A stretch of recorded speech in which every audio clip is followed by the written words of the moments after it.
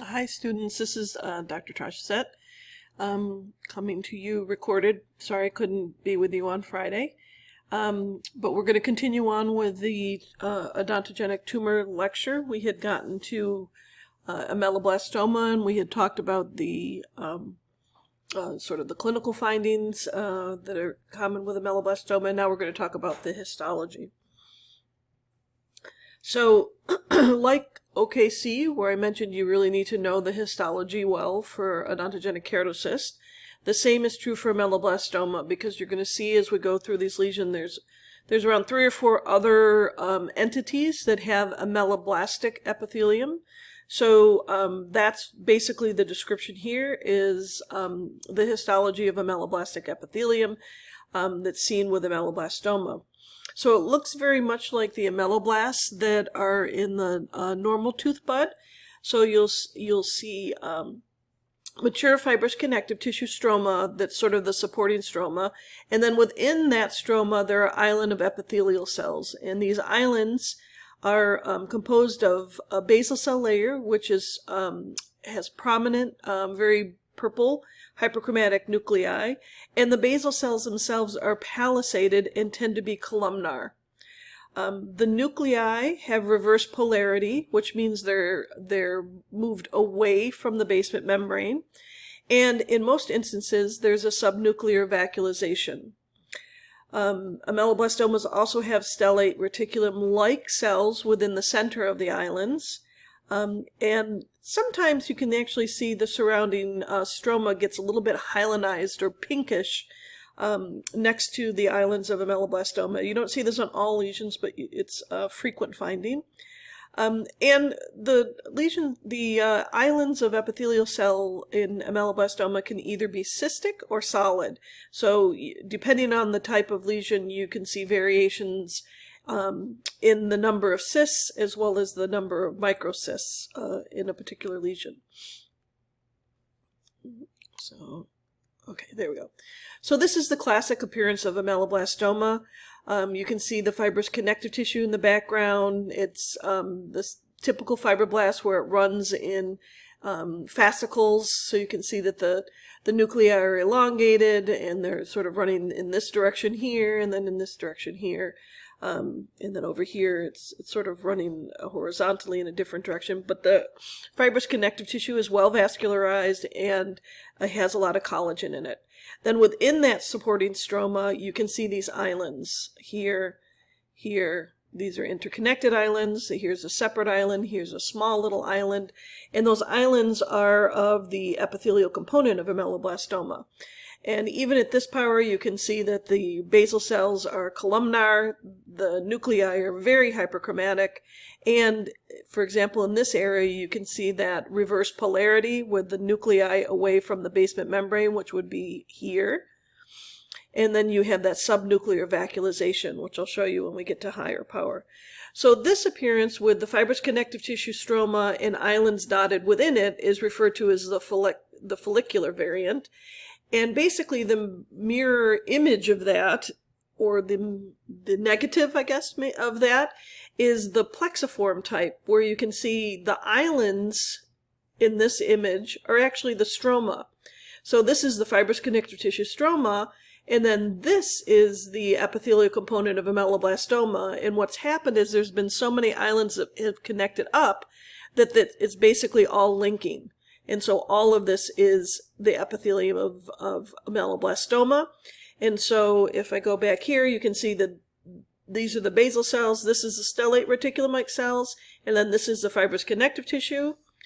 With this is the stellate reticulum, these are the basal cells, and this is the connective tissue. So this is the stellate reticulum, these are the basal cells, this is the fibrous connective tissue. This is the stellate reticulum-like cells. This is the stellate reticulum-like cells. These are the basal cells running along here. And then this is the fibrous connective tissue. So it's basically a negative or a mirror image of it, of the other form. So this is another example of ameloblastoma. You can see the fibrous connective tissue here with the tumor infiltrating into that fibrous connective tissue stroma. You can see the islands here of ameloblastic epithelium as well as here. And what you're seeing here is the difference between the solid islands versus cystic islands. So you can see cystic degeneration in the islands here, and if you follow this particular cystic area, so you can see this is the lining of the ameloblastoma, and if you follow it down, go down here and then come back up, you go along here, here, and here, you can see that what degenerates is the stellate reticulum in the center. And you can see it here as well. So as these islands get bigger and bigger, the stellate reticulum cells fall apart from each other, and you get these microcystic or cystic areas within the ameloblastoma. So on high power, this is that solid area, this is the cystic area, so you can still see the ameloblastic epithelium is there, where you have the hyperchromatic basal cell layers, which are columnar and are palisaded, lining up like a picket fence. You have the stellate reticulum-like cells, but then this would be the lumen of that cystic area. And then these are the solid areas, where again you have the stellate reticulum-like cells, you have that palisading basal cell layer with hyperchromatic nuclei. Here you can actually see some of the, it's a very tight little island, so it's hard to tell that that has any stellate reticulum.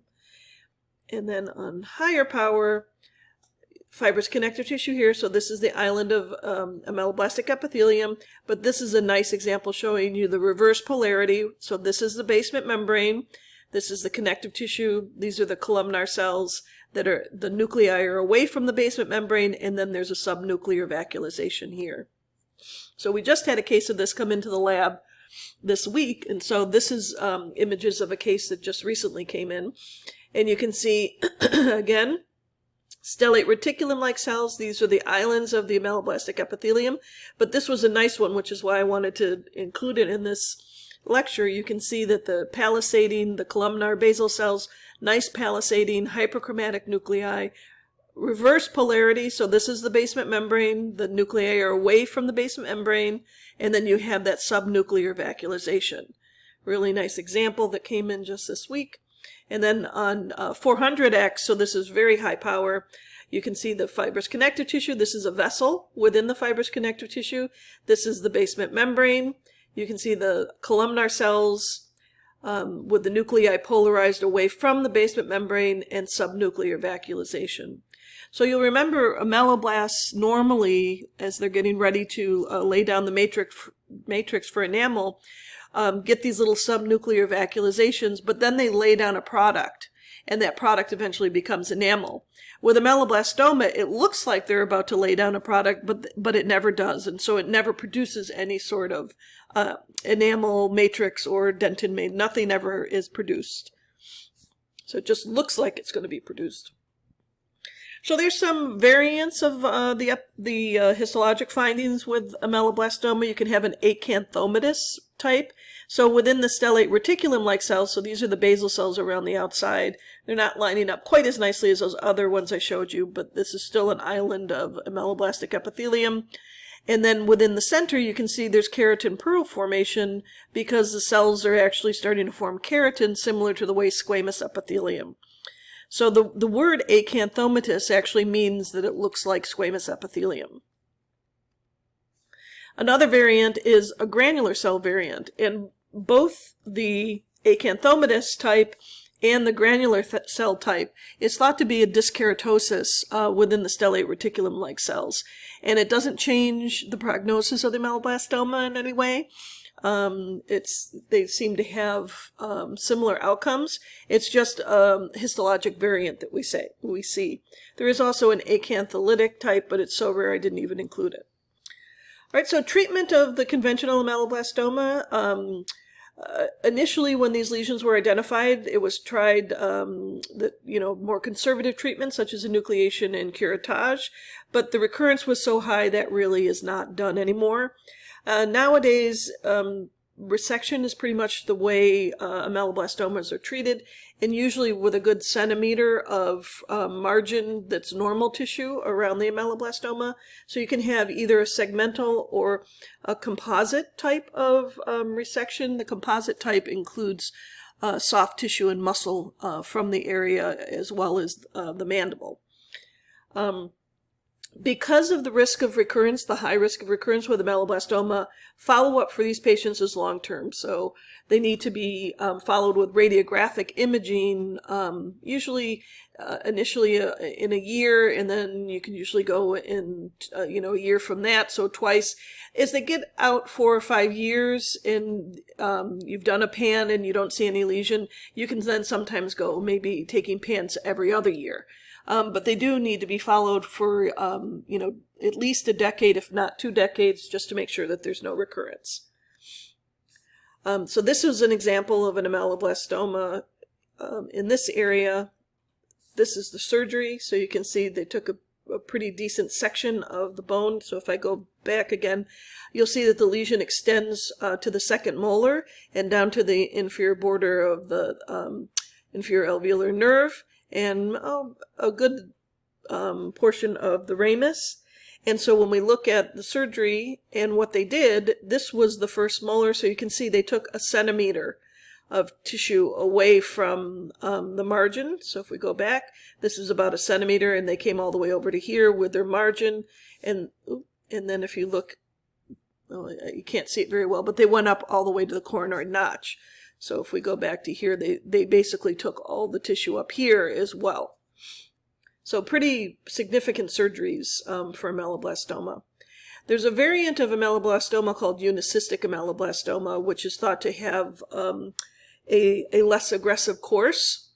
And you can have a simple type or a luminal type. You can have the plexiform type, which is an intramural or intraluminal type. And then you can have the mural, which you'll notice here I put, is that really a conventional ameloblastoma? Because I'll show you why many pathologists believe that the mural type is really not unicystic and is really more of a conventional ameloblastoma. Unicystic ameloblastoma was first reported in the 70s, and the reason why it's important is because the recurrence rate is lower, and so therefore the treatment tends to be less aggressive. You can also have ameloblastomas arising within cysts, such as dentigerous cysts. And so this is a known entity as well, and one of the reasons why, just like OKC could arise in a dentigerous cyst, it's one of the reasons why you actually want to remove dentigerous cysts around impacted third molars. Unicystic ameloblastomas, it's a younger age group, but again, mostly in the mandible. They're typically found on routine exams, so they're asymptomatic. Once they get larger, they can certainly cause some expansion, but typically in the U.S., people have access to care, and so it's picked up on routine exams. It's usually a well-circumscribed radiolucency, often around the crown of an unerupted tooth, and so therefore it can be confused with dentigerous cyst. There's a paper that came out in 2002 that basically said if you're trying to think of your differential and it's between ameloblastoma and dentigerous cyst, especially in children, if you see root resorption, that should definitely increase your suspicion that you're dealing with an ameloblastoma rather than a dentigerous cyst.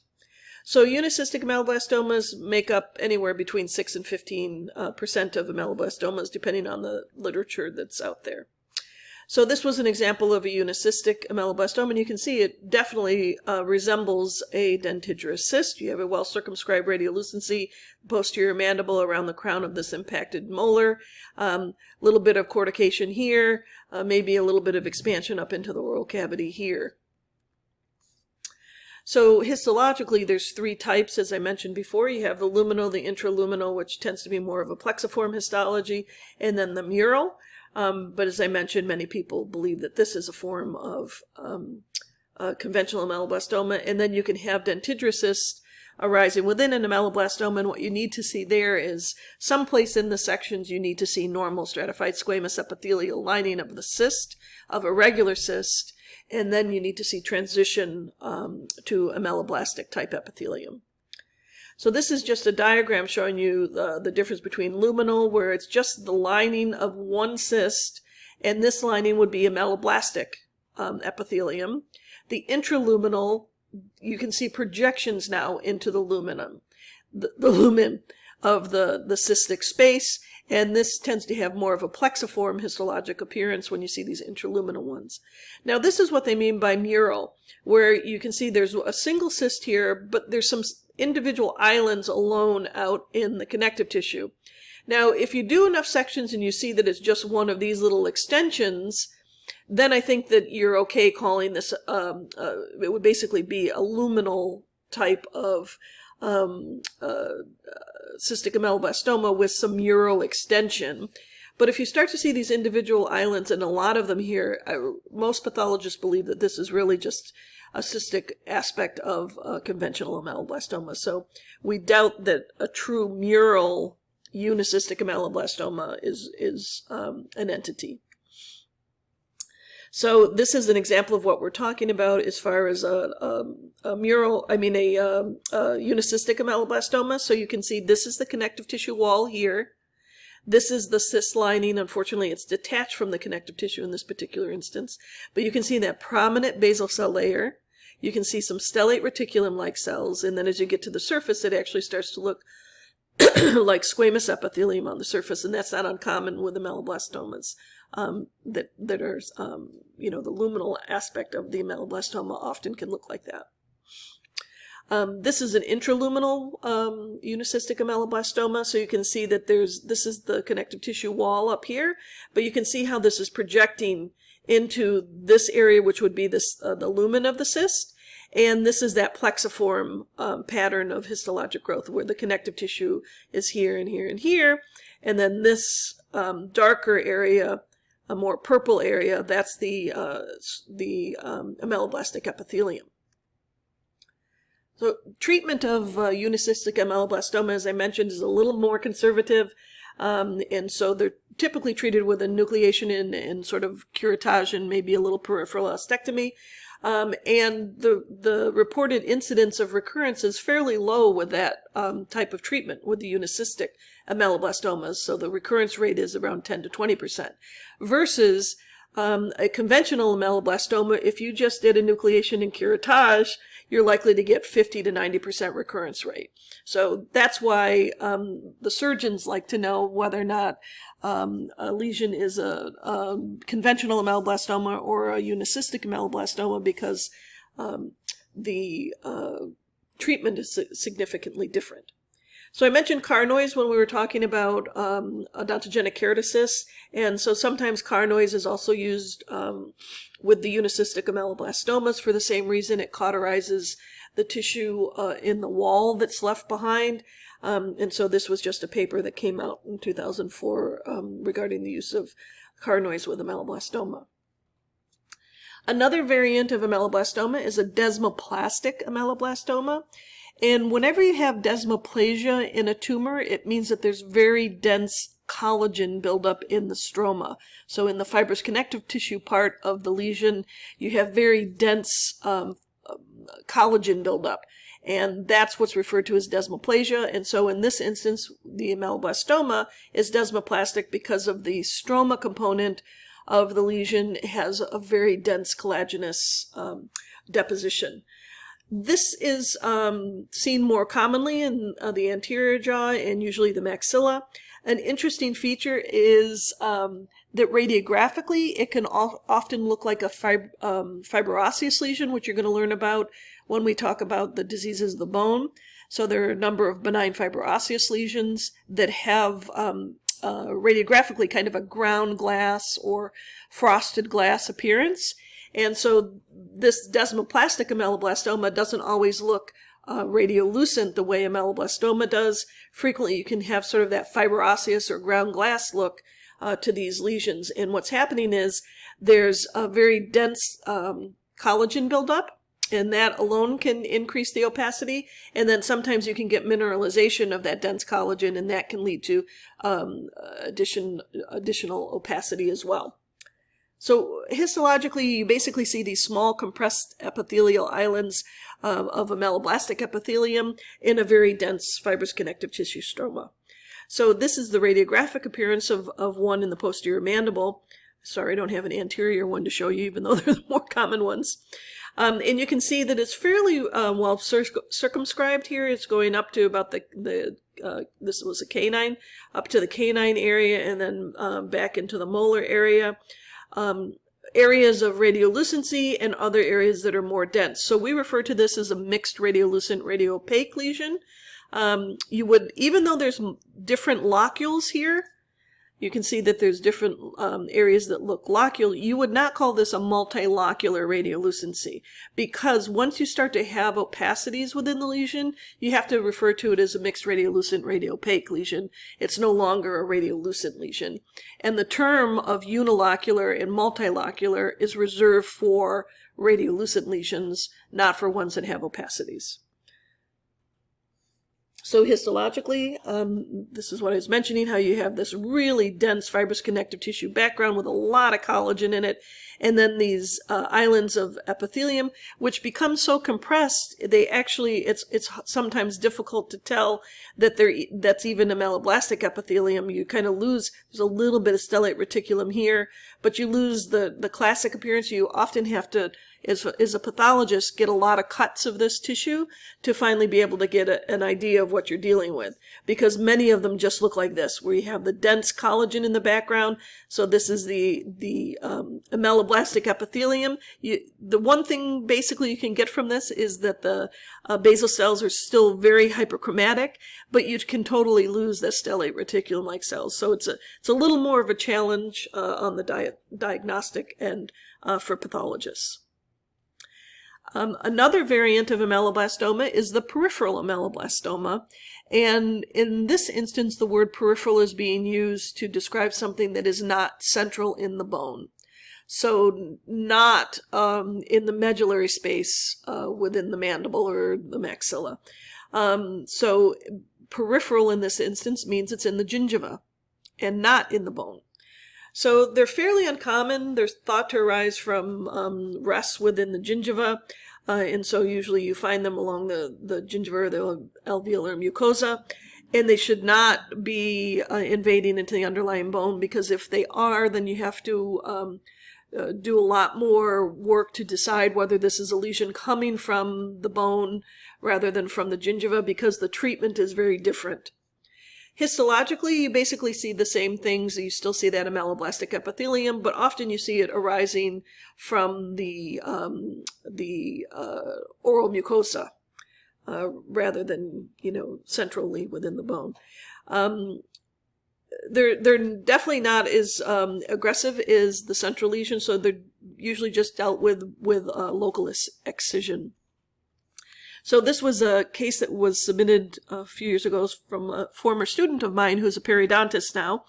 And you can actually see, he thought it was going to be a pyogenic granuloma, which, I mean, that's not a bad differential. I would put that in my differential as well, because you're on the gingiva, so it would be in the differential with the 3 Ps, nodules on the gingiva. So you'd have a peripheral ossifying fibroma, pyogenic granuloma, and peripheral giant cell granuloma. So those would be the 3 things that I would definitely be thinking if I saw this. So he did a biopsy, an incisional biopsy. He didn't do an excision. He did an incisional biopsy just to find out what it was. And lo and behold, it was an ameloblastoma. And so what you can see here is this is the normal squamous epithelium of the oral mucosa. And as you follow it along, you see this exophytic growth. It's not too huge, maybe a few, maybe 1 or 2 millimeters high, but you can see that it's growing out, in the epithelium from the surface is actually connecting up into these islands that are down in the stroma that are ameloblastic. So this is ameloblastic epithelium. These are all ameloblastic epithelium. All this up here is ameloblastic epithelium. And in the islands, such as these islands up here, have the prominent basal cell and the stellate reticulum showing. And they would look just like the islands that you would see with a typical a conventional ameloblastoma. A malignant ameloblastoma is in quotes because there's often confusion in the literature, as well as sometimes amongst the surgeons. There are two different entities that are known to have a chance to metastasize that are associated with ameloblastoma. One is the malignant ameloblastoma, and one is called ameloblastic carcinoma. The main difference between these two things is that the histology of a malignant ameloblastoma is benign. So the primary tumor in the oral cavity, as well as the metastasis, which is usually to the lung, both show benign histology. And the patient who has this has a much better prognosis, because if you remove the lesion in the lung and you remove the lesion in the bone of the jaws, the patient's survival is very good. Versus an ameloblastic carcinoma, which the histology in the primary site and any metastasis is malignant. It's a poorly differentiated, atypical histology, and this lesion can kill you. And so this is the true malignancy, even though this one has a bad name and it's called a malignant ameloblastoma. So please read this and know the difference between those two. One, the reason why they call this one malignant is because of the metastasis to the lung. And that's how it got its name, is because here you have a jaw lesion and then the patient presents with a lung lesion. So clearly there's been metastasis to the lung, and that's why they refer to it as a malignant ameloblastoma, but the histology in both locations is benign. I know it's confusing, but I can't do anything about that. I just have to try to get you to understand the difference. So our next entity is, I went too far. Is calcifying epithelial odontogenic tumor, or also called CEOT, or Pinborg tumor, after Dr. Pinborg, who was a prominent oral pathologist back in the 1950s and 60s. So we're going to talk about CEOT, which is a fairly uncommon odontogenic tumor. Only makes up about 1% of all the odontogenic tumors. It does not have an inductive effect similar to ameloblastoma, so it doesn't make any sort of dentin or enamel product. That's what we mean when we say it doesn't have an inductive effect. The clinical presentation for this lesion is very similar to ameloblastoma, pretty much the same age group and the same location in the jaws. So you can see fourth decade is the peak, and the mandible is more common, especially the posterior mandible, and it can also have peripheral lesions, similar to the way ameloblastoma can have peripheral lesions. Actually, a number of years ago, I looked into this, and pretty much all the odontogenic tumors can occur peripherally. It's just that ameloblastoma and CEOT and CCOT are some of the ones that are more likely to occur in the peripheral location. So the clinical presentation, very similar to ameloblastoma, typically is a slowly expanding swelling. Radiographically, so I think your text had most here. It should be maybe unilocular. Most commonly, it's going to be multilocular radiolucency. So please make a note of that. It shouldn't be most here. It should be maybe unilocular. So like all of the lesions that we're going to talk about that can become calcified, initially the lesions are usually radiolucent. So the smaller lesions and the less mature lesions are going to be radiolucent, and as they grow and they get larger and become more mature, they're going to become mixed radiolucent radiopaque lesions.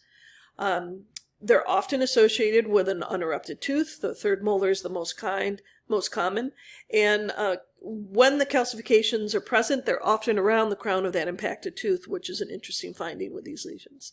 So you can see that this patient has a little bit of expansion here on the inferior aspect of her mandible, and then intraorally you can see there's expansion even on the mandible going toward the lingual aspect.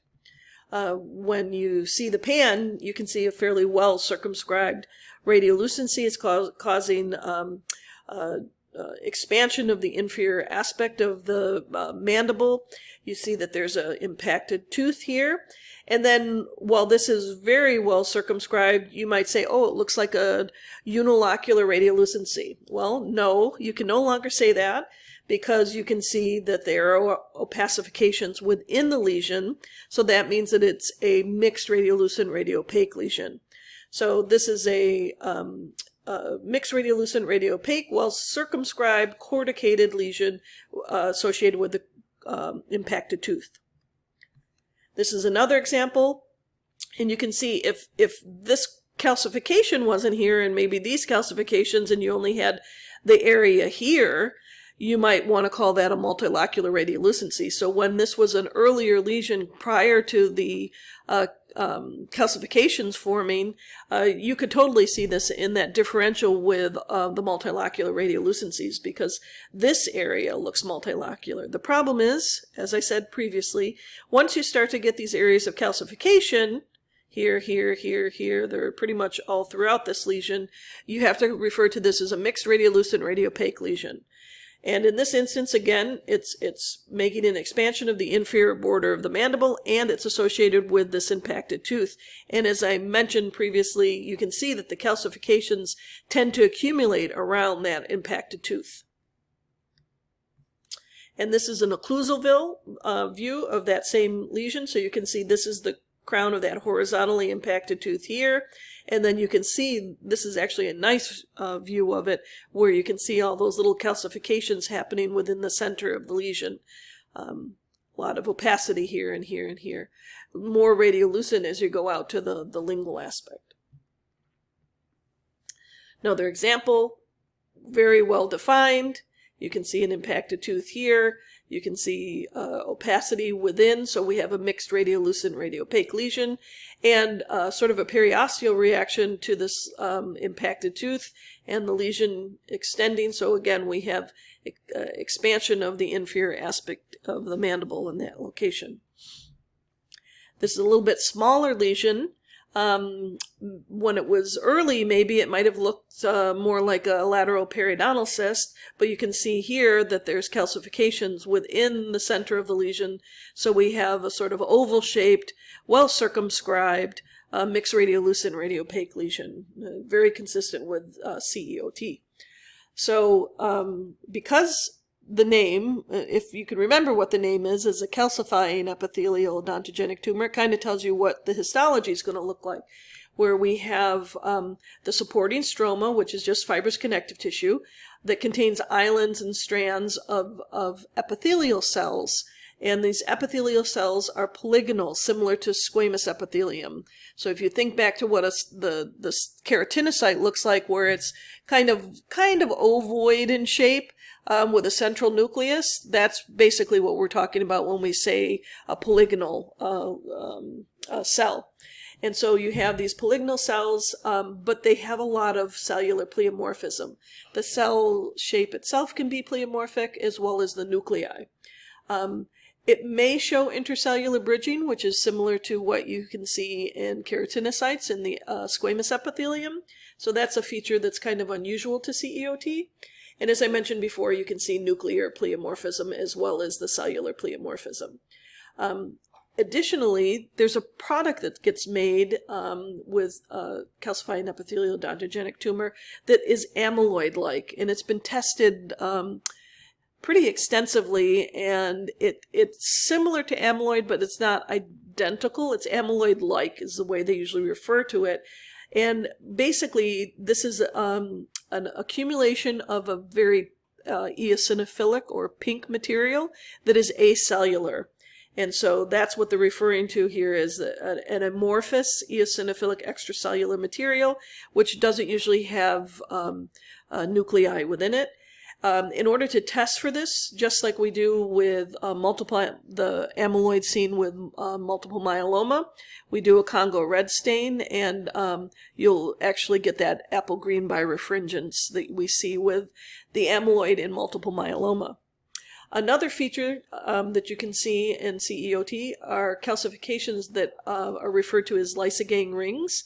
So it's basically lamellar rings of calcifications, similar to the way an onion grows or the rings of a tree. So you have multiple layers of calcification, and you can see calcifications within the amyloid-like material as well. So this is the histology of CEOT.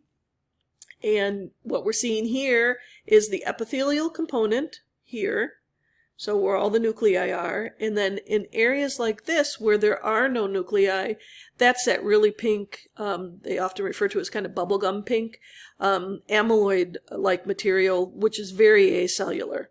And as the lesion matures, these areas can develop calcifications.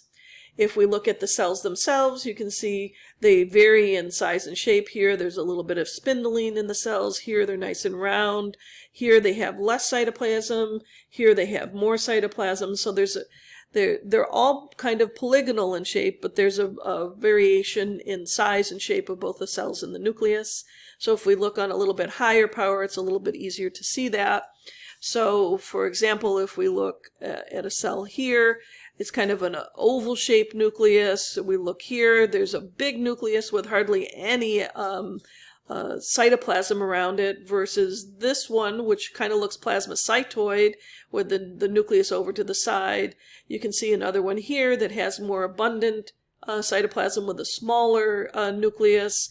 And then you have some over here again that look sort of oval in shape. We have some small nuclei, we have big nuclei.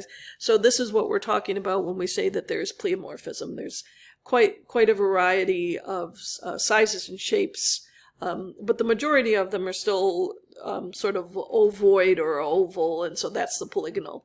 Here is an example of showing you the intracellular bridging, where you can see the little lines happening between the cells, and that's something that you can see with keratinocytes, and so that's kind of an unusual finding. This is an example showing you the Congo red stain of that amyloid material, and so you can see it here and here, which of course if we could do it under polarized light, you would see that it has apple green birefringence. In this area here and here, those are the lysogang rings. There's another one down here, which are the calcifications that have that sort of lamellar pattern with rings. Treatment for CEOT is similar to the treatment that we talked about with ameloblastoma. It has a fairly high recurrence rate, but it's just a little bit less aggressive than ameloblastoma. So often they'll do some sort of enucleation with a peripheral ostectomy. They may not do a resection, but they definitely want to get a rim of normal bone, so that means that it's not going to be a conservative excision. It's going to be a little bit more aggressive. The recurrence rate is around 12%, and there have been a number of reports in the literature there's been a malignant transformation of this lesion in about 2% of the tumors. So because of this is another lesion that needs to be followed long-term because of the risk of malignant transformation. The next entity is AOT, or adenomatoid odontogenic tumor. And this is a nice little tumor. A nice way to remember AOT is that it's the tumor of 2/3. It makes up about anywhere between 3 and 7% of odontogenic tumors, depending on the literature. But it does have a predilection for the anterior jaw. It has a predilection for women. It's often associated with an impacted tooth, especially a canine, and it's seen in a very young age group. Typically within the first or second decade. Young teenagers or like 10-year-olds are frequently the group that we would see this in. Now you'll notice here I have 2/3 maxilla, and this has historically been the case, but a paper came out in, let's see, what year was this, 2016, looking at a large group of AOTs, 255, and actually what they found was that there was a much higher percentage of lesions in the mandible than had been previously thought. So when we talk about the tumor of 2/3, maybe we need to remove the maxilla there and sort of reset our thought about what the 2/3 are. All right, so this is just a diagram from that paper showing you that there was actually a fairly large percentage of lesions in the mandible, because this is the anterior mandible, this is the posterior mandible, and this is the anterior maxilla. So it's still definitely anterior to, it's 3/4 in this particular instance almost. So still tendency to be in the anterior, but in the mandible much more than we would have thought a few years ago. So AOTs are thought to arise from the remnants of the gubernacular cord. And so cells that are in those rests get stimulated in some way and eventually make the tumor that we know of as AOT. Small lesions are going to be asymptomatic and discovered on routine radiographs.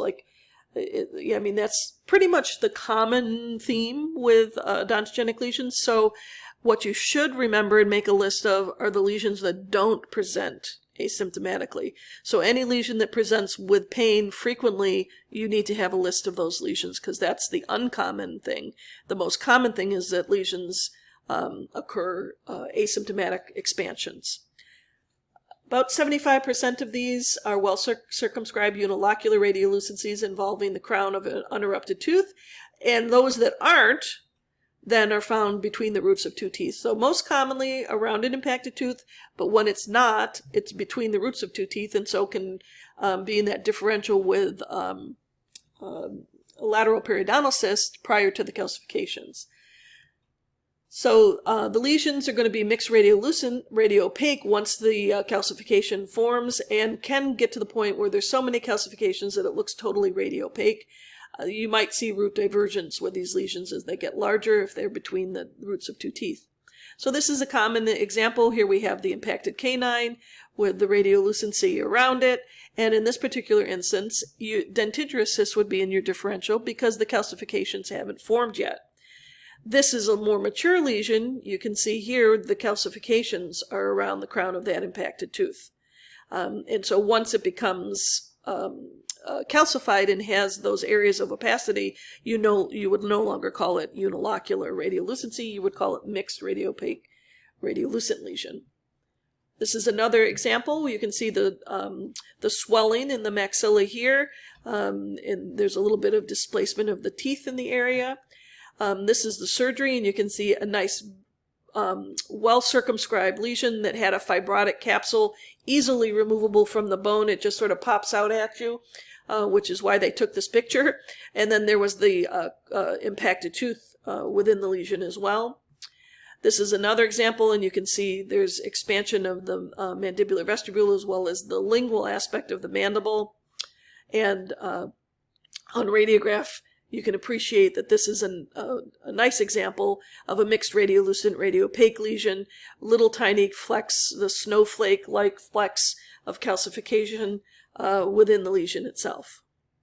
And yet another example, so this is between the roots of two teeth, actually getting large enough now that it's up on the crest of the ridge as well, but well circumscribed, kind of oval in shape, but mixed radiolucent radiopaque lesion with multiple small little calcifications within. Kind of a classic for AOT. So histologically, I showed you on the surgery how you can have that fibrous capsule. It's one of the important things about this lesion because it makes it easily removed. So you tend to see a very well-defined fibrous capsule. And then you'll see an epithelial component that has polygonal to spindle-shaped cells that form sheets, strands, and have a lot of whorled masses. And I'll show you those in just a second. But the hallmark of this lesion and why it's called adenomatoid odontogenic tumor is because there are blind duct-like spaces within the epithelium. So it looks like the lining of a gland. If you think about the duct or the gland from salivary glands, they're usually lined by columnar or cuboidal cells, and that's what we see with the duct-like spaces in AOT. The cells of the duct-like spaces are columnar to cuboidal, and the nuclei are usually polarized away from the luminal space. You can also see some amyloid-like material with AOTs, just the way you could with CEOT. And you tend to see small calcifications throughout the lesion, often dystrophic calcifications, but the amyloid-like material can also develop calcifications.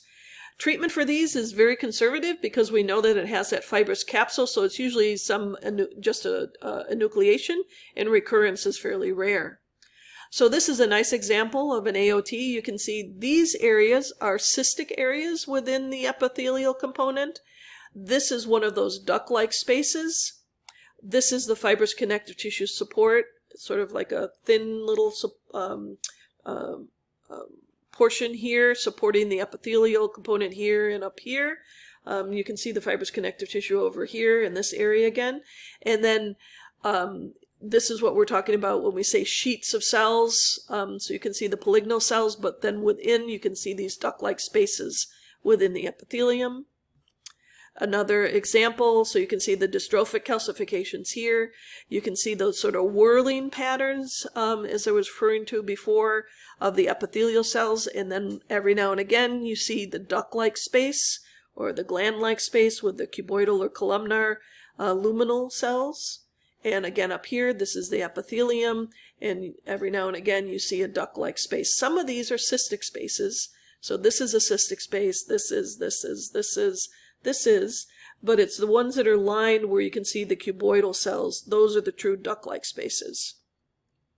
And on higher power, this is what I'm talking about. So you can see how the cells line up kind of around that luminal space and the nuclei are away from the luminal center.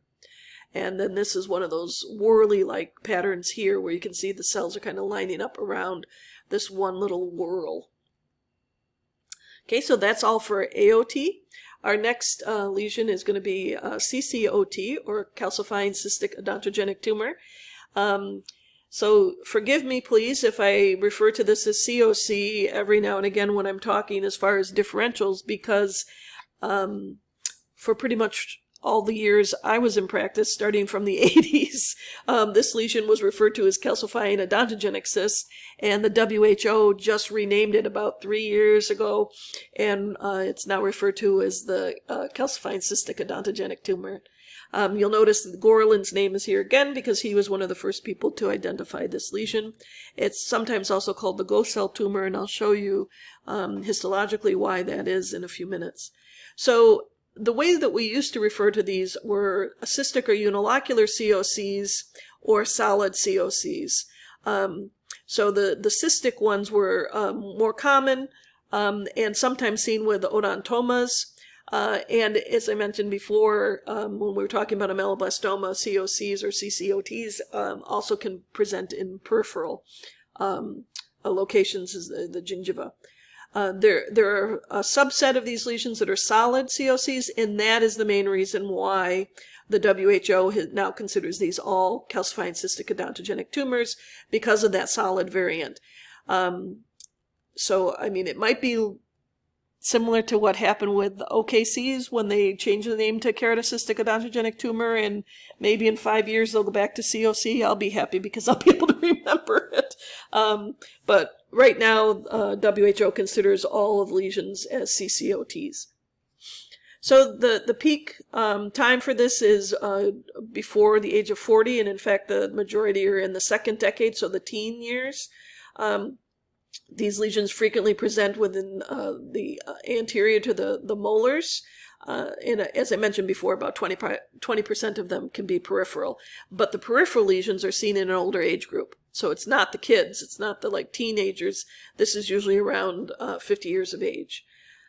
And as I mentioned, just with the COCs, even the CCOTs, now we'll call it, can be seen in association with other odontogenic tumors such as odontoma and ameloblastomas and AOTs. So it's unusual in that way that CCOT tends to pop up with other odontogenic tumors, and it's the one that's most commonly seen in these things that they refer to as collision tumors, when both lesions happen at the same time.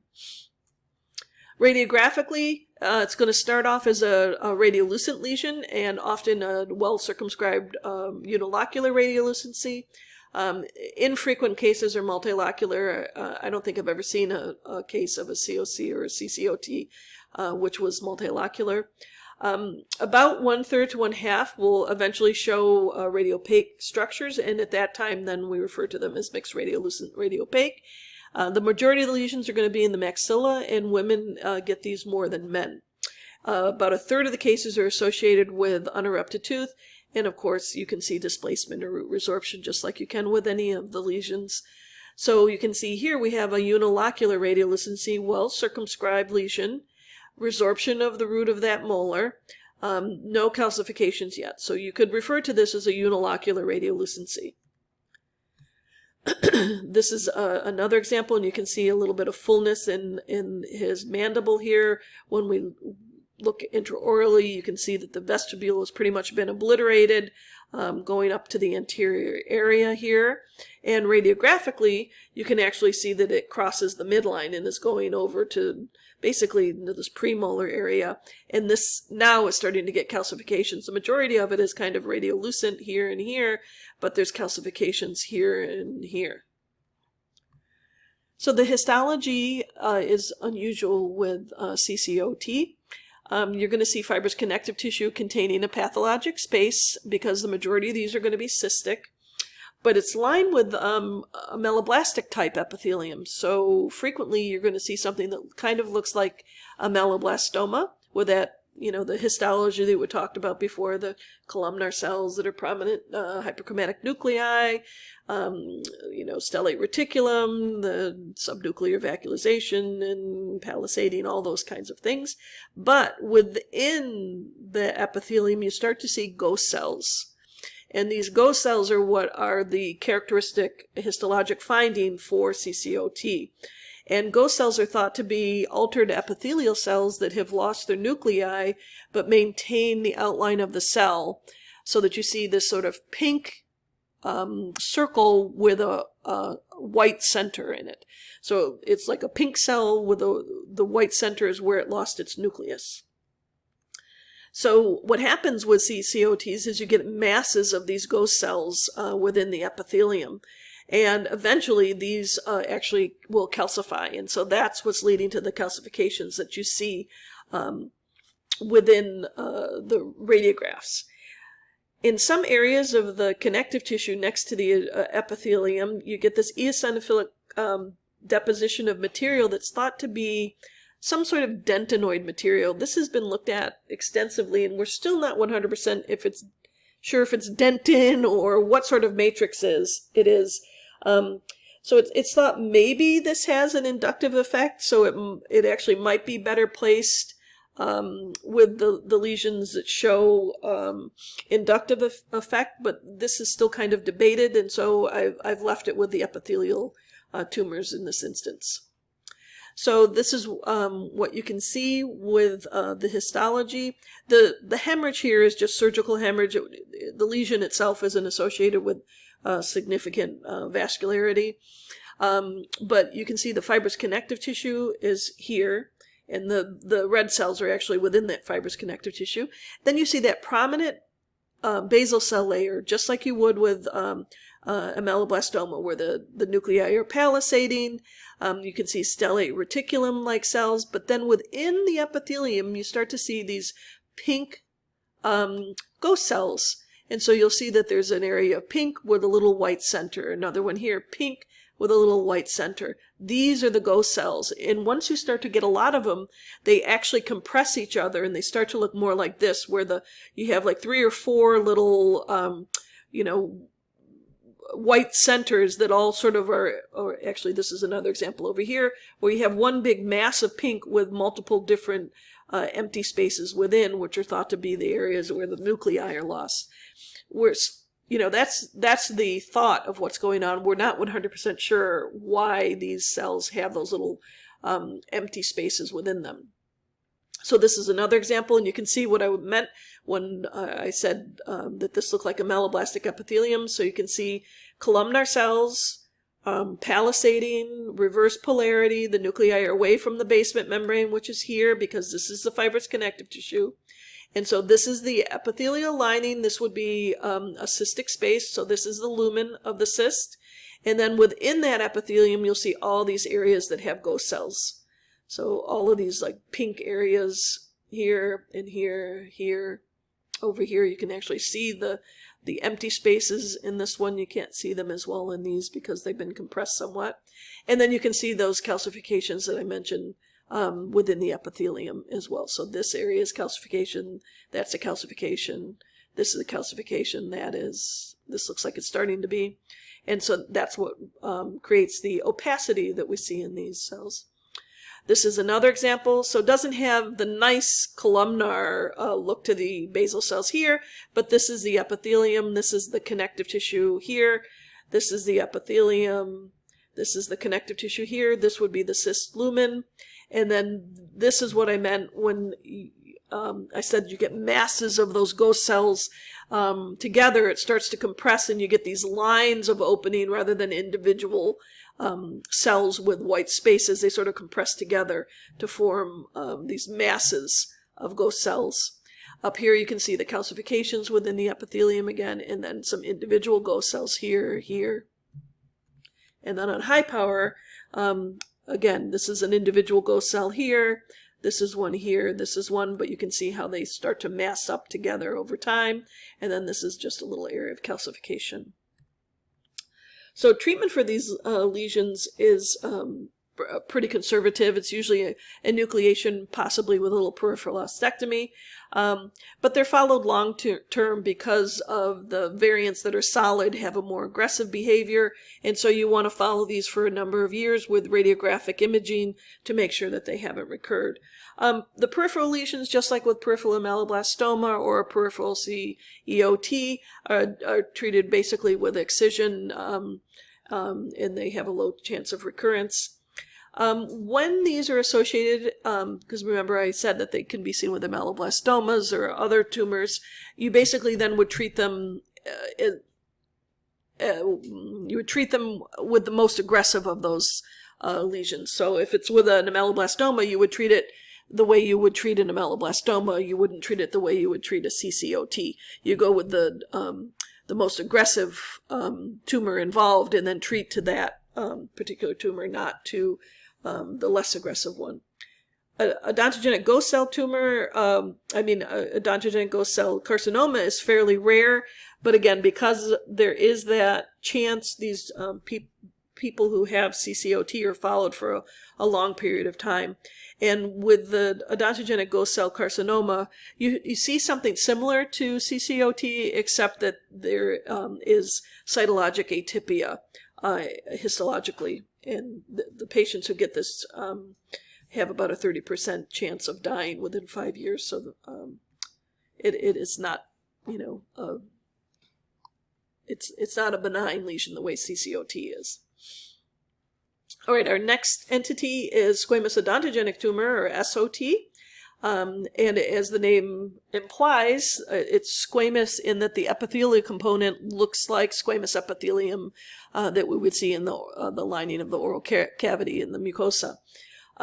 Again, these usually present as asymptomatic lesions, but because they tend to occur in the alveolar bone, you can sometimes see, let me see my, there we go, tooth mobility and maybe a little bit of pain as far as the gingiva goes. And so these can mimic periodontal disease because they create these sort of semilunar radiolucencies of the alveolar mucosa. Interestingly, this has been known to occur in a multi-quadrant fashion in up to a quarter of the cases. And so that's an unusual feature you might want to remember because most lesions do not do that. You don't usually have them in multiple quadrants. There have been a couple reports of this happening within families, so maybe that there's a genetic component.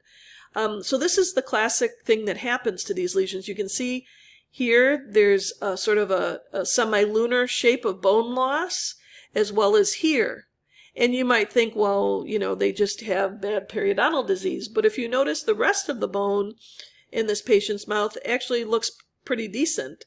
Although there is a pathologic fracture because of the bone loss here, which is not a good thing. But this is SOT, and that's the way they appear. So this is another example. You can see an impacted canine, but the bone loss above that canine is all gone. So again, we have that sort of semilunar loss. It's not centrally so much within the bone like all the other radiolucencies you've seen, how they haven't really affected the alveolar ridge.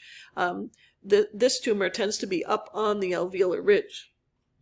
It is a fairly rare lesion. It's thought to arise from epithelial arrest of Malassez.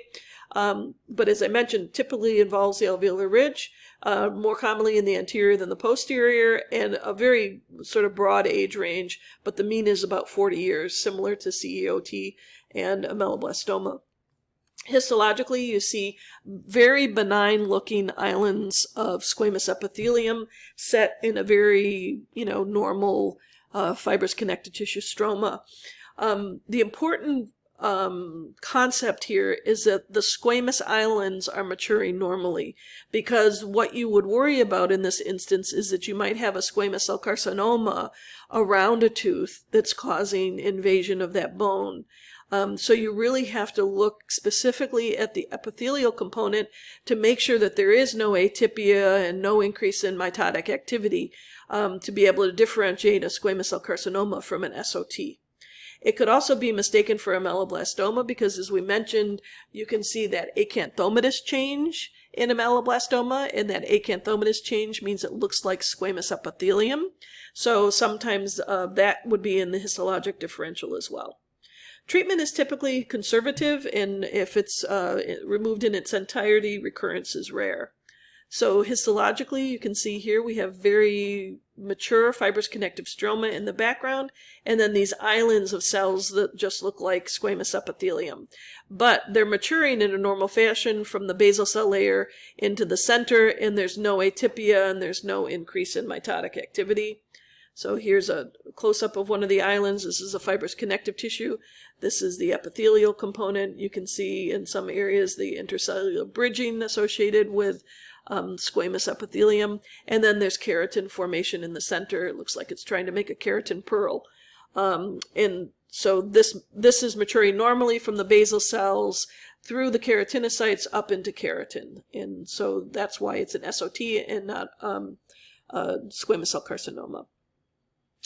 All right, so that finishes the lesions we're going to talk about in the epithelial category, and now I'm going to move on to the mesenchymal lesions, and they include the odontogenic fibroma, the myxoma, the granular cell tumor I'm not really going to talk about. It's a fairly rare lesion, so I'm not going to include that in our discussion, and cementoblastoma. It's going to be our last of the mesenchymal lesions. So the first one is central odontogenic fibroma. And this is thought to be the counterpart to the peripheral ossifying or odontogenic fibroma that is in that 3P differential of nodules on the gingiva. It's pretty equal in the maxilla and the mandible, and the lesions in the maxilla tend to be in the anterior aspect, whereas in the mandible it's pretty equal anterior-posterior. About a third of them are associated with unerupted teeth. So again, in that differential with unerupted teeth that you're hopefully making now. And small lesions, as with many of the odontogenic lesions, tend to be asymptomatic. Large lesions can cause cortical expansion and movement of the teeth. Radiographically, we tend to see for small lesions a unilocular, well-circumscribed radiolucency. These lesions have a tendency to be around the roots of teeth, and they can be periapical, so they can mimic periapical granulomas or cysts. When you're thinking of that differential, odontogenic fibromas should be in that group. I also want to point out that you're going to learn about, and one of the reasons why I call this odontogenic and not ossifying, because you'll notice here, it's in the periphery, it's called peripheral ossifying or odontogenic fibroma, and here we're saying odontogenic fibroma because there is a central ossifying fibroma, not to be confused with the odontogenic fibroma, which is central, because that's one of the benign fibroosseous lesions you're going to learn about in the diseases of bone. So please remember that this is a central odontogenic fibroma. Larger lesions tend to be fairly well circumscribed and can become multilocular. Again, tends to be well circumscribed with a sclerotic border, and you can see all the things just like the rest of them that we've talked about, where you can have root resorption or divergence. A small percentage of these, about 10 to 15, will show little opaque flecks within the radiolucency. And it tends to go with one of the two types of this lesion that I'll talk about, the two types in a second. So this is an example. You can see a very well circumscribed a circular lesion here that has a little bit of opacity within it, mostly radiolucent in this area, but maybe a little bit of opacity there. This lesion, a little bit larger, well circumscribed, associated with an impacted tooth, but has more opacity within it. There's still some areas of radiolucency, but much more opacity than that first one that I showed you. So they do tend to be fairly well circumscribed, but they're not encapsulated the way AOT is.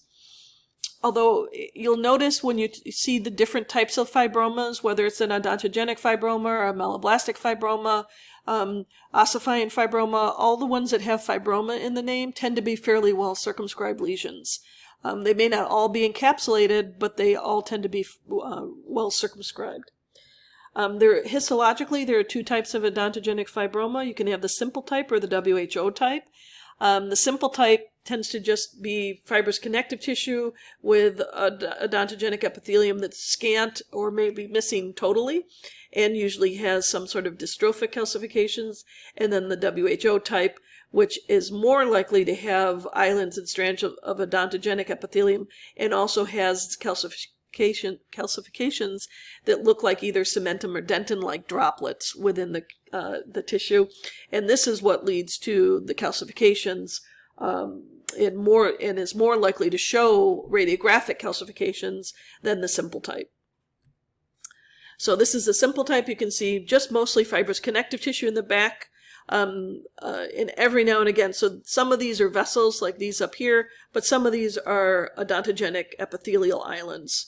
And so you can see they're scattered throughout the tissue, but only small amounts of epithelium compared to what we see with this is the WHO type, where you have that mature fibrous connective tissue background. This is a rest of odontogenic epithelium, but then you see these droplet-like calcifications of something that looks either like a cementum matrix or dentin matrix. And these eventually can become calcified, and why the lesions will look mixed radiolucent, radiopaque as they get older.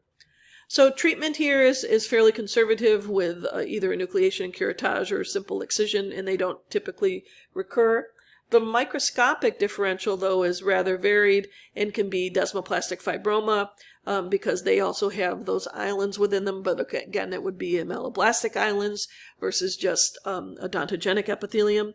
And fibromyxomas could potentially look similar to this if they were very fibrotic. They luckily tend not to be, and more likely have that really pronounced glycosaminoglycans in the stroma.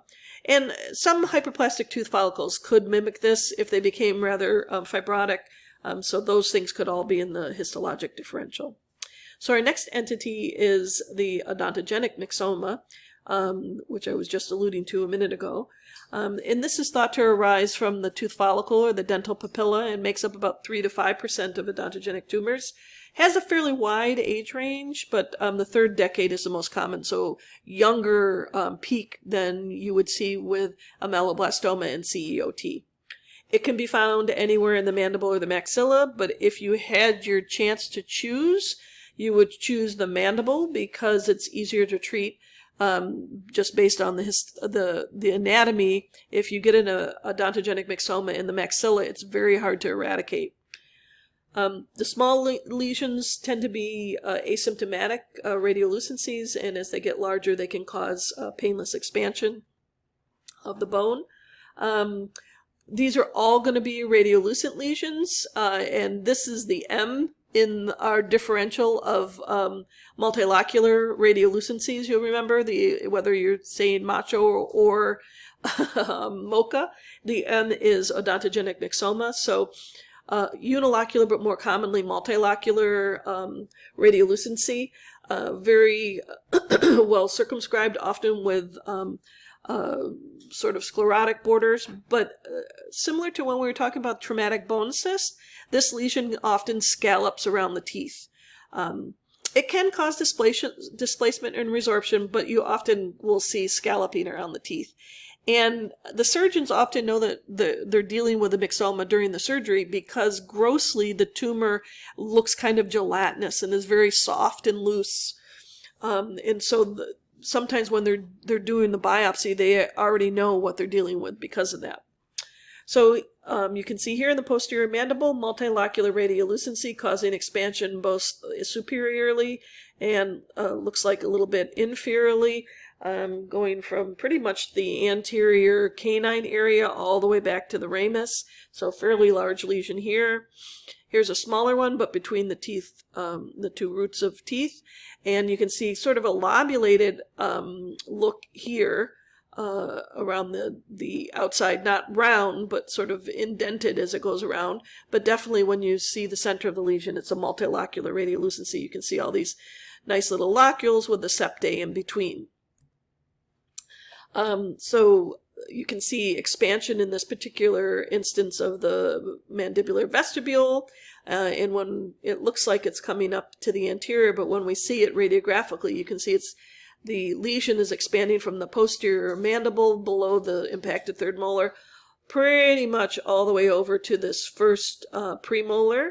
And you'll notice that when they did the resection, they went all the way over to the second premolar because they wanted to get at least a good margin here of normal bone. But it was affecting this whole thing. So this was a resection. They basically would cut the bone here, and they would cut the bone here, and they put, nowadays, either for a short period of time, they'll put in a metal framework, like bars, and then eventually they'll usually do some sort of reconstruction with a fibrillar graft or something along those lines. So you can see that this was post-surgical excision. And this is what it looks like grossly. So if you take a piece of the tumor when you're doing the biopsy or the excision, you can see that it's very shiny, very gelatinous. Does have this area which is more white, which is corresponds to more fibrotic material, so more collagen in this particular area. But where it's more the glycosaminoglycan material, it looks very loose and mucousy. So histologically, it mimics basically dental pulp. That's sort of the thought of where this is coming from.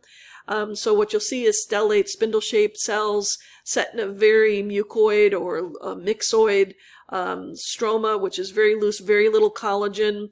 And if there's sort of abundant collagen, we refer to these as odontogenic fibromyxomas. But that's the rarity. Usually what you're seeing is just a lot of ground substance, so that the mucopolysaccharides that we learned about last year, the glycosaminoglycans, that's what GAGs is meaning. So it looks very foamy when you see the stroma because of all the glycosaminoglycans. Sometimes you can see residual bone trabeculae, and sometimes you'll see odontogenic epithelium, but you don't have to see these rests in order to make the diagnosis of myxoma. So this is a nice example of what myxoma looks like. You can see very paucicellular, and the background stroma doesn't have a lot of collagen and looks almost foamy. And if we go on high power, you can see it even better. So not a lot of cells, a lot of space between the nuclei themselves, and then you can see these areas with abundant ground substance or glycosaminoglycans, and it looks very loose and bubbly because of that. Treatment of these is resection. They sometimes can be hard to treat because they are gelatinous and have such a soft consistency, and that's why I was saying that if maxillary lesions are difficult to treat because of the anatomy of that area, and so you want to be a little more aggressive with maxillary lesions than mandibular ones, just because they're so close to the base of the skull that people have been known to basically die from odontogenic myxomas because the lesion eventually works its way through to the brain, and then they die because of extension to the brain. So maxillary lesions you want to get while they're small and before they get anywhere near the base of the skull. Right, our next lesion is cementoblastoma. Sometimes in the old literature you might hear it called a true cementoma. Cementoblastomas are tumors of cementoblasts, as the name gives you the hint. Usually present in a fairly young age group, second and third decade, and in fact 3/4 of them are seen prior to the age of 30. Key thing, very few lesions attached to the tooth itself. And so if you see any sort of mass attached to the root of the tooth, you can pretty much guarantee that that's a cementoblastoma. You can see loss of the periodontal ligament space. Most of these occur in the mandible, about 90% in the molar premolar region. Key thing here is about 2/3 of them present with pain and swelling, which is unusual for an odontogenic lesion, and so you're going to want to keep a list of those, I think. All right, and as I mentioned, basically what you're looking for is on imaging is a radiopaque mass fused to the root of a tooth, and there usually is some sort of a radiolucent halo or rim around the radiopacity, because that's the area that hasn't fully calcified. So it's where a matrix is being laid down, but the matrix isn't calcified yet, and so it still looks radiolucent. So this is a nice example. You can see the tooth here that's totally incorporated within this mass. You can see there's a radiolucency pretty much around the whole thing. Very well circumscribed, mixed radiolucent radiopaque. This one is actually getting more toward the radiopaque side than the radiolucent side. And this is what that looked like when it was removed. And so you can see the tumor is here, and it's totally attached or part of the tooth. And so that's the hallmark of cementoblastomas. And this, you can see that same tooth was then sectioned histologically, and you can see this is the pulp here. This is up where the enamel would be up here, so this would be the crown. And then as you go down, the dentin and the cementum here are basically incorporated as part of the tumor itself. And if you could see this on high power as you get down to it, it actually starts to look in some areas a little bit like bone. Most of it looks like cementin droplets and, sort of matrix of cementum, but some of it actually starts to look like bone. So histologically, what we're looking for are these very plump, almost triangular looking cementoblasts that are depositing of cementum-like material. You often see multiple reversal lines in the calcified material. There's a well-vascularized fibrous connective tissue stroma, and sometimes you can actually see multinucleated giant cells. It's not uncommon. This histology that we're talking about, when we talk about the diseases of bone, there's going to be an osteoblastoma. All right, so instead of cementoblastoma, there's going to be one for bone, and the histology is basically identical. The difference is cementoblastoma is attached to the root of a tooth, and osteoblastoma is not.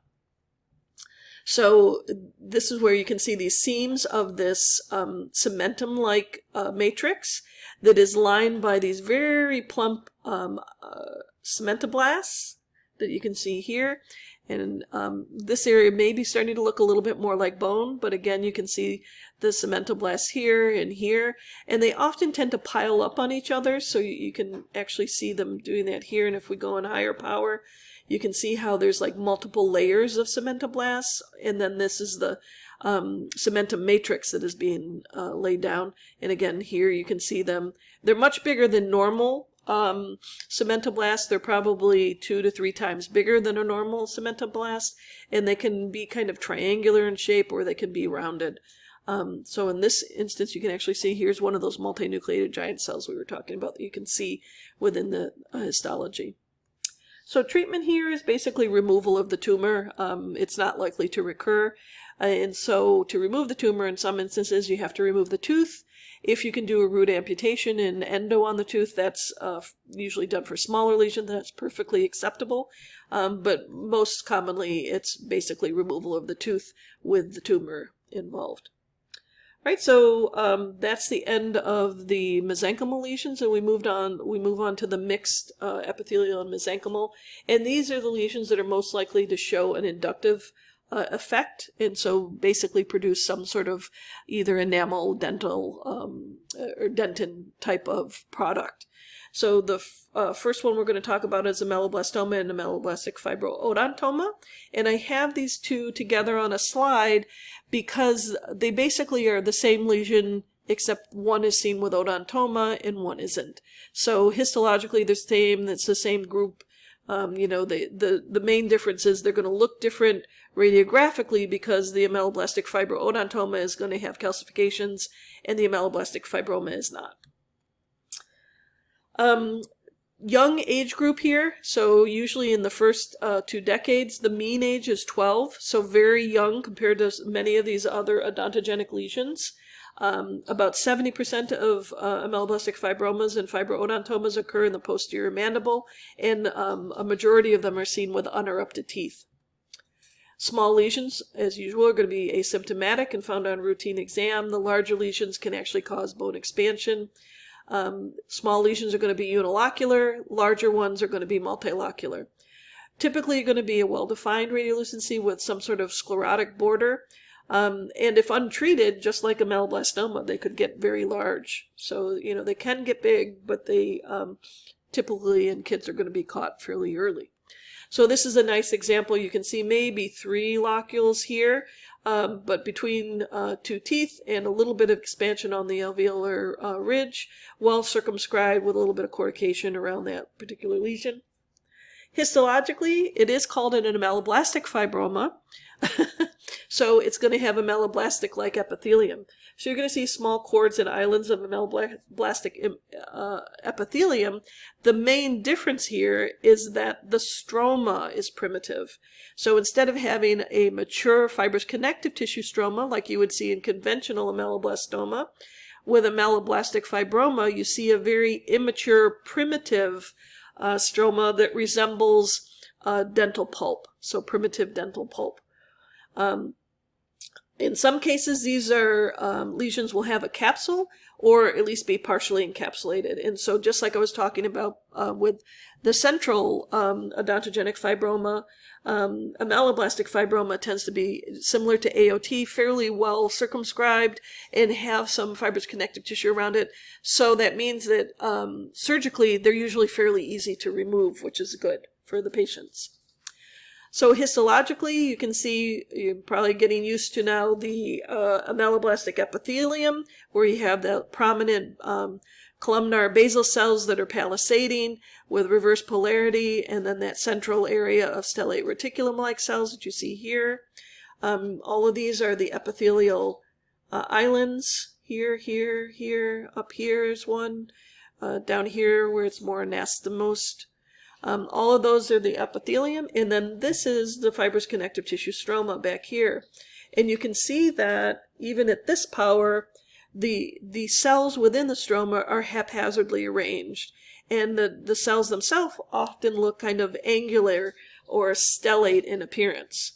We can see it again in this particular example. Here we have the ameloblastic epithelium.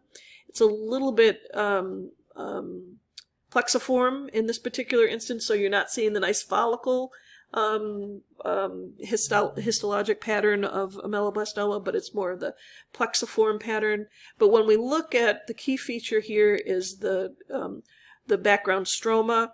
So you can see again it's haphazardly arranged. It's not that nice mature fibrous connective tissue that you see with a conventional ameloblastoma.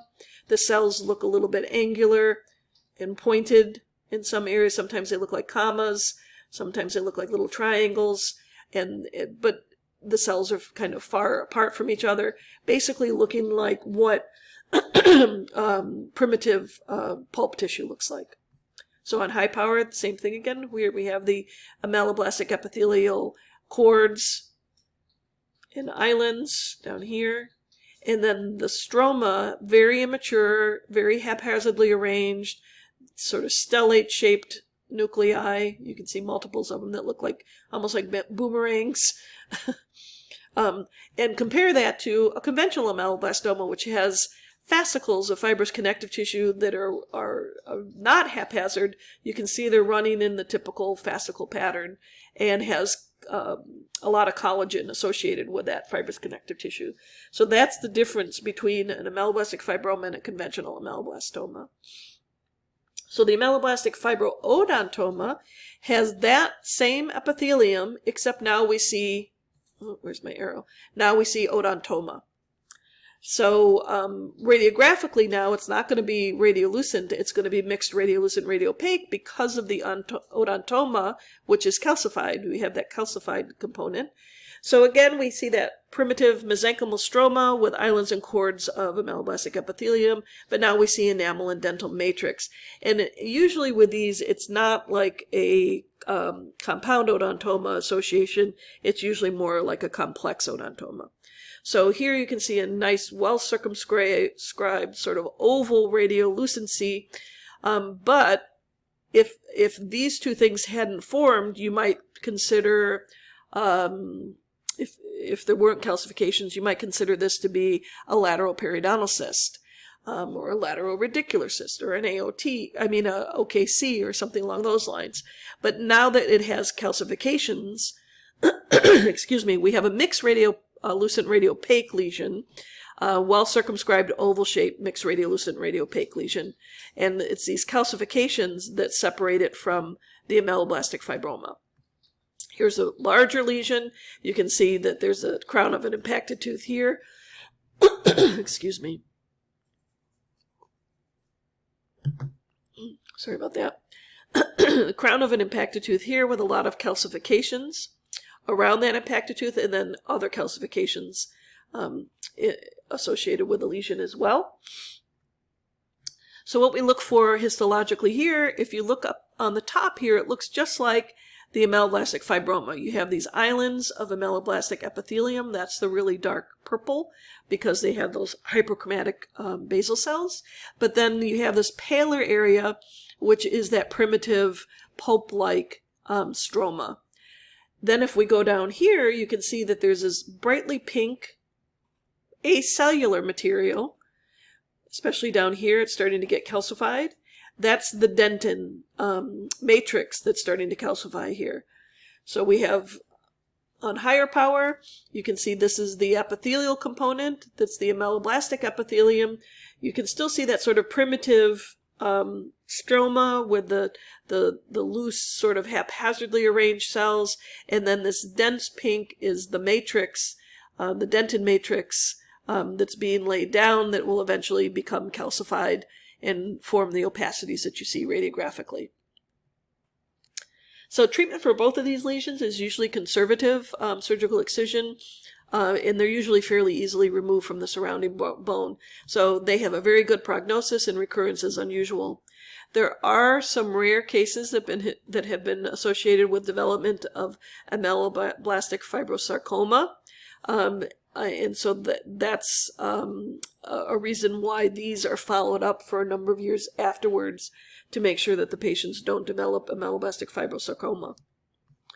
So we'll talk about ameloblastic fibrosarcoma. This is the malignant counterpart of ameloblastic fibroma. It's luckily a fairly rare lesion.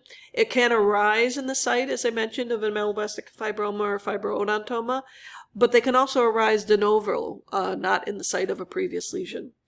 They're more common in men, about 1.5 times more common in men, and usually seen in the mandible. Almost 80% of them, reported cases, have been seen in the mandible.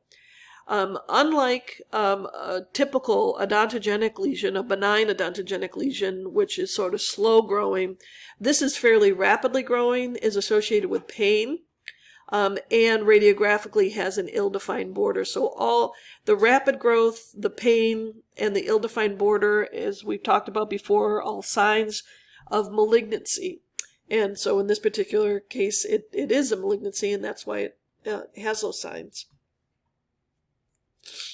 Histologically, you're going to see those benign cords of ameloblastic epithelium, but now the stroma, again, is different. So the way ameloblastic fibroma has that immature, primitive stroma, what we're seeing with ameloblastic fibrosarcoma is atypical malignant cells within the mesenchymal stroma.